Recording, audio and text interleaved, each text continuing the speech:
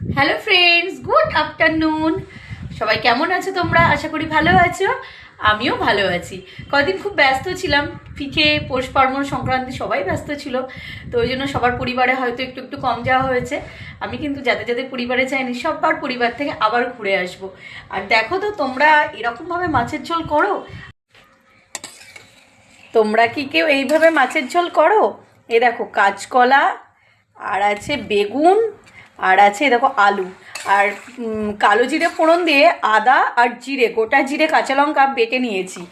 খেতে আমার ইচ্ছে হলো, আর দিয়ে দেবো এই যে মাছ। আর লেজা আর মাথা খেতে আমার ভীষণ ভালো লাগে, ওই জন্য দেখো যখনই মাছ আনে আমি লেজা মাথা বলি সমেত নিয়ে নিতে। আর লাস্টে দিয়ে দেবো একটু ধনে পাতা। তো তোমাদের কার কার ভালো লাগে এইভাবে, কারা কারা মাছের ঝোল করো একটু জানাবে। আমার তো এইভাবে খুব ভালো লাগে মাঝে মাঝে খেতে।